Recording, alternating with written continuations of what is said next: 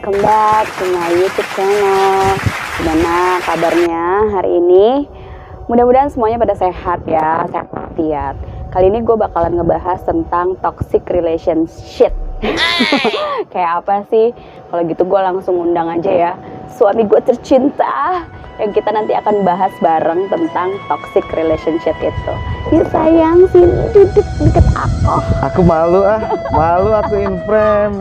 Emang kamu mau ngapain sih? Kamu jijik banget. Ih, tuh kan kelihatan. Hai. Hola. Ya. Kali ini kita mau ngebahas tentang toxic relationship nih, ya kan? Dimana pastinya setiap pasangan itu pasti ada ribut-ribut kan? Pasti. Nggak langgeng-langgeng aja. Lo yang keluar lebih gue nyusukin gue. Lo gak terima tapi ku menangis membayangkan mulus aja. Nah, pastinya di antara relationship berdua, antara suami dan istri atau pacar, ya kan? Itu ada triggernya tuh, biasanya ada penyebabnya tuh, yang bikin apa namanya ya? Hubungannya jadi dibilang kurang harmonis, gitu. ada racun-racunnya. Racun yang dibilang toksik itu ya kan. Nah itu dia. Terus udah gitu punya apa ya, pikiran negatif kepada pasangan gitu. Misalnya kayak kita menganggap pasangan kita kayaknya laki gue manfaatin gue deh, kayak gitu. Padahal Masa? iya. Kayak aku tuh suka berpikir kayak gitu. Kamu jangan kamu kamu jangan-jangan kamu itu atau terlalu cemburu bisa juga ya? Bisa jadi. Cemburu boleh gak sih? Kamu kok cemburuan kayak begitu sih? Saya tidak ada. Tolong kamu bisa gak sih? Aku mau tidur, gak usah berisik. Loh saya tapi tidak ada urusan sama sekali loh sama Cleo itu. Hei. Cemburu boleh aja, asal nggak berlebihan kali ya, yang sampai terus main cekek-cekekan kayak gitu. Kayak gitu kan.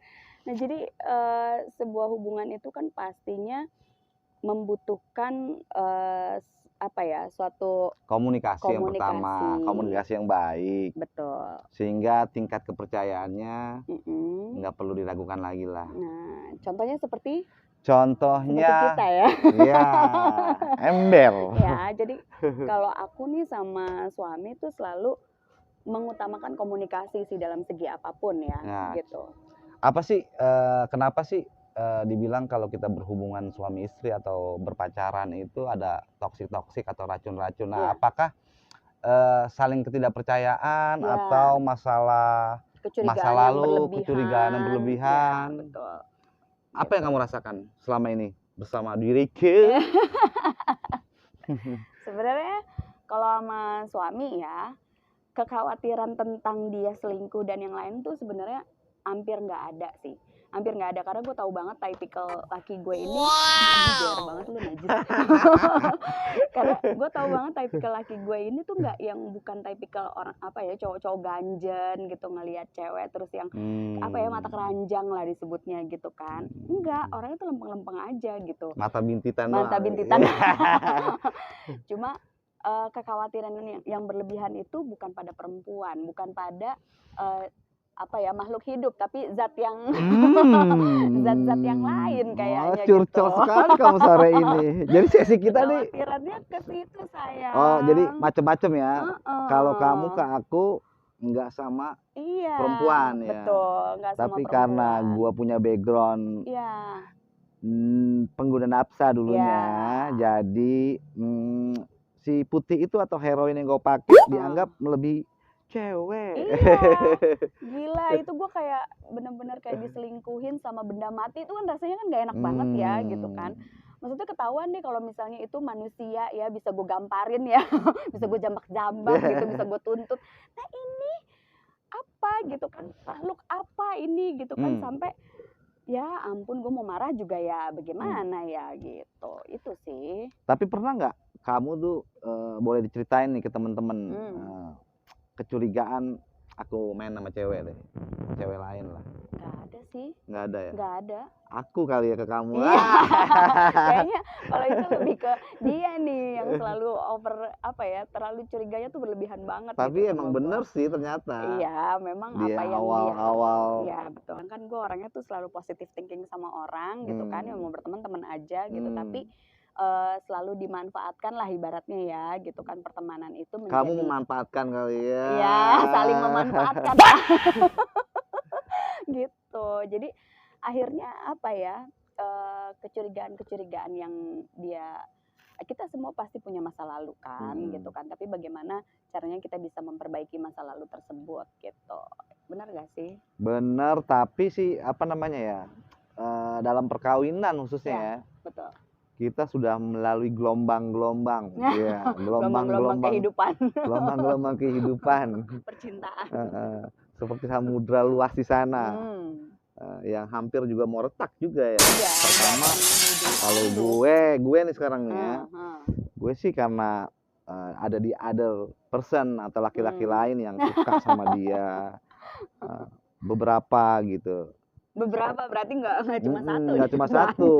Dan itu gue punya insting selalu dari dulu ya, zaman cinta monyet SMP tuh, kalau gue dikhianatin sama cewek nih, pasti cepat atau lambat gue akan tahu sendiri nih. Oh gitu. Iya, itu akhirnya ya terjadi. Gitu. Ternyata pas aku dalami kamu, kita komunikasi, ya kamu cuma memanfaatkan keadaan aja, cuma sebenarnya nggak seneng, nggak cinta gitu. Enggak lah. Tetap aku the best. You are the best. Kalau nggak the best ya nggak akan Tapi kamu bertahan selama 12 tahun nggak sih ya kan? Tahun keberapa sih kamu ngerasain paling berat tuh selama pernikahan khususnya deh? 2020. Ya. Paling terberat enggak di pernikahan tahun keberapa sampai tahun keberapa? Itu kan titik terendahnya. Pernikahan di tahun ke-9 atau ke-10 ya gitu. Gitu. Pokoknya di 2 tahun yang lalu lah kan, kita sekarang kan udah mau berapa, 11 tahun ya. Kita mau 11 tahun, berarti sekitar 9 tahun. 9 tahun kita menikah lah. Baru. Gitu, baru ngerasain. Enggak, kalau aku ngerasainnya justru di awal tahun pertama sampai tahun ketiga tuh yang paling berat ya. Oh, ya itu pasti prosesnya begitu. Tahun pertama, sampai tahun ketiga ya itu berat banget karena pastinya kan kita bukan titik terendah ya. Tadi kalau titiknya titik terendah. Ini dalam kita apa namanya menyamakan perbedaan dari dua orang manusia, menyesuaikan. Betul. Yang dulu kayaknya sweet aja, ternyata asem-asemnya banyak gitu. Baru mulai kebuka ya kan, setelah 3 tahun pernikahan gitu kan. Setahun pertama anjrit kok kayak begini sih ternyata gitu kan. Kayaknya kemarin pas nikah, halo gitu ya buat kalian yang di luar sana, kita nggak akan pernah tahu siapa pasangan kita sebelum kita menikahi dia. Jadi ketika kita menikahi dia itu benar-benar baru ketahuan semuanya, busuk-busuknya dia, nganga-nganganya tidurnya dia, ngoroknya dia tuh baru ketahuan tuh ya kan. Jadi dan apa harus ya? accept ya. Ya harus accept the thing, you cannot change gitu kan. Lu udah nggak bisa ubah lagi, itu kan pernikahan sakral ya gitu kan. Iya. Janji suci loh ya. Jadi ya di situ sih agak beratnya memang ngejalanin proses gitu di masa proses itu sih. Oke. Gitu. Tadi berarti ada dari internal sama eksternal nih ya. Kita tahu dalam relationship atau berhubungan antara suami istri atau pacar ya, terutama yang suami istri lah tadi kalau kita cerita ya di tahun pertama sampai tahun ketiga itu terberat dan bahkan kita sudah juga punya titik terendah kan. Betul. Titik terendah ketika bukan cewek yang aku kasihi cintai selingkuhi tapi sebuah zat adiktif ya yang ngebuat gue tuh hancur berat sampai gue depresi sampai udahlah ya gitu kan. Udah baru benar-benar ngerasain kayak pernikahan di ujung tanduk, itu rasanya tuh kayak apa gitu kan. Udah goyang banget, udah nggak punya rasa apa-apa lagi kayaknya, seolah-olah gitu kan udah kayak udah dia hancur aja deh sekalian gitu. Cuma ya ternyata kekuatan cinta kita ya. Oh my god.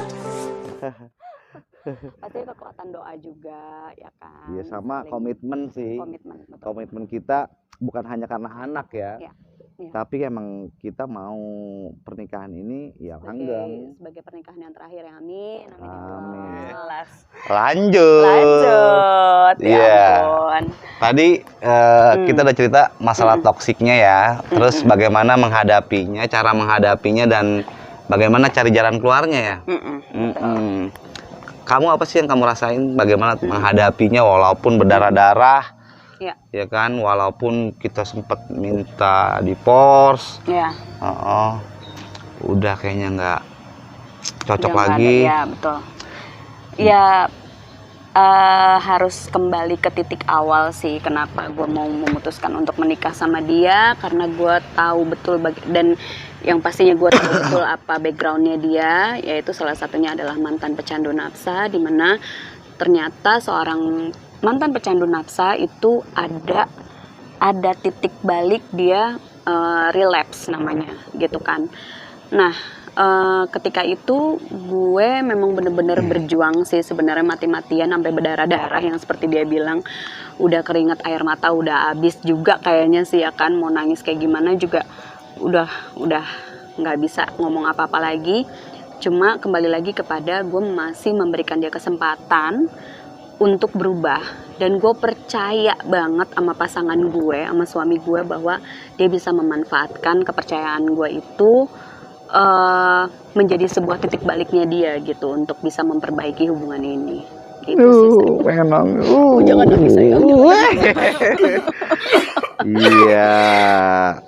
Kalau kamu sendiri gimana? Kan nggak hanya aku yang terluka, kamu kan juga pernah terluka sayang. Terus gimana kamu bisa memaafkan kesalahan akah ya, yang ya apa ya, yang akhirnya ya mungkin kalau pasangan lain tuh udah gila nih, Cabut parah pasti nih, ya. cabut lah gitu kan, apa-apaan nih gitu kan, seolah-olah kayak dia cheating gitu kan, gue cheating di belakang lo gitu kan, padahal kan sebenarnya ya, menurut gue yang namanya perselingkuhan itu adalah ketika lo dan pasangan selingkuhan lo itu punya perasaan yang sama, punya saling rasa mencintai atau apalah itu sebutannya gitu. Wow. Kalau gue enggak, kalau gue nggak sama sekali sih gitu.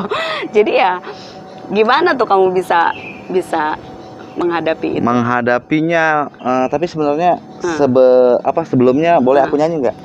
Luka. Jijik.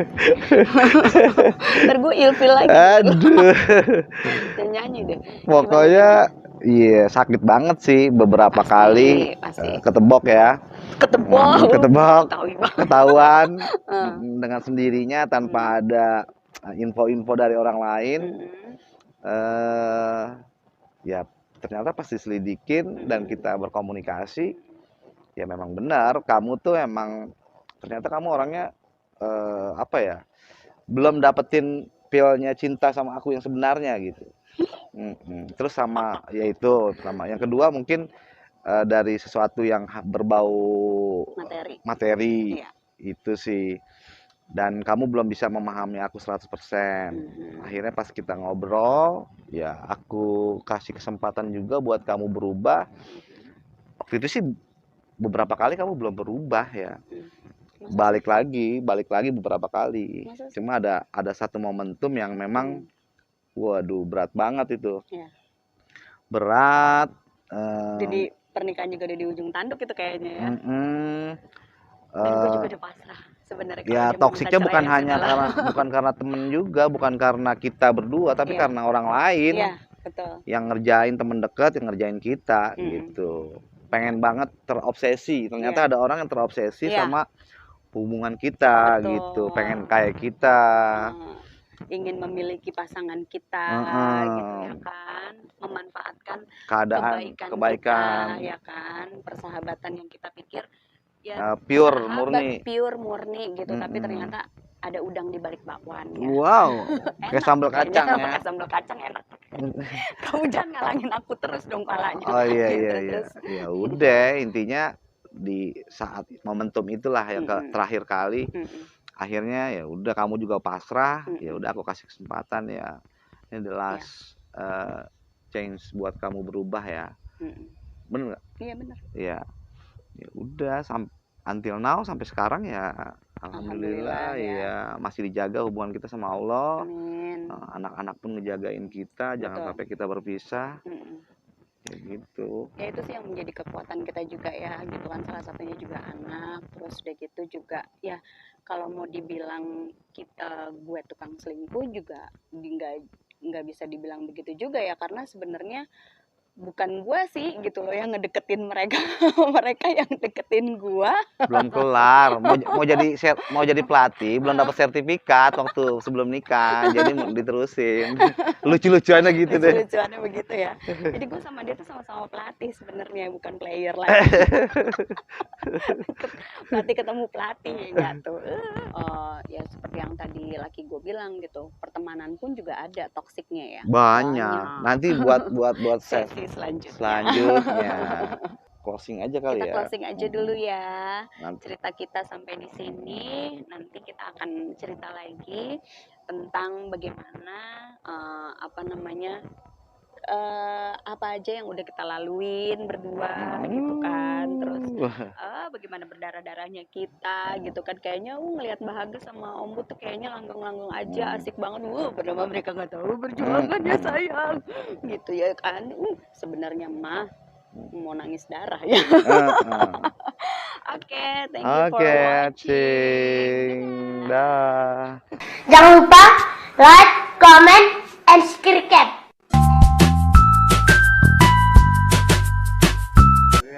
Si Dodo. Kayak India gitu ya.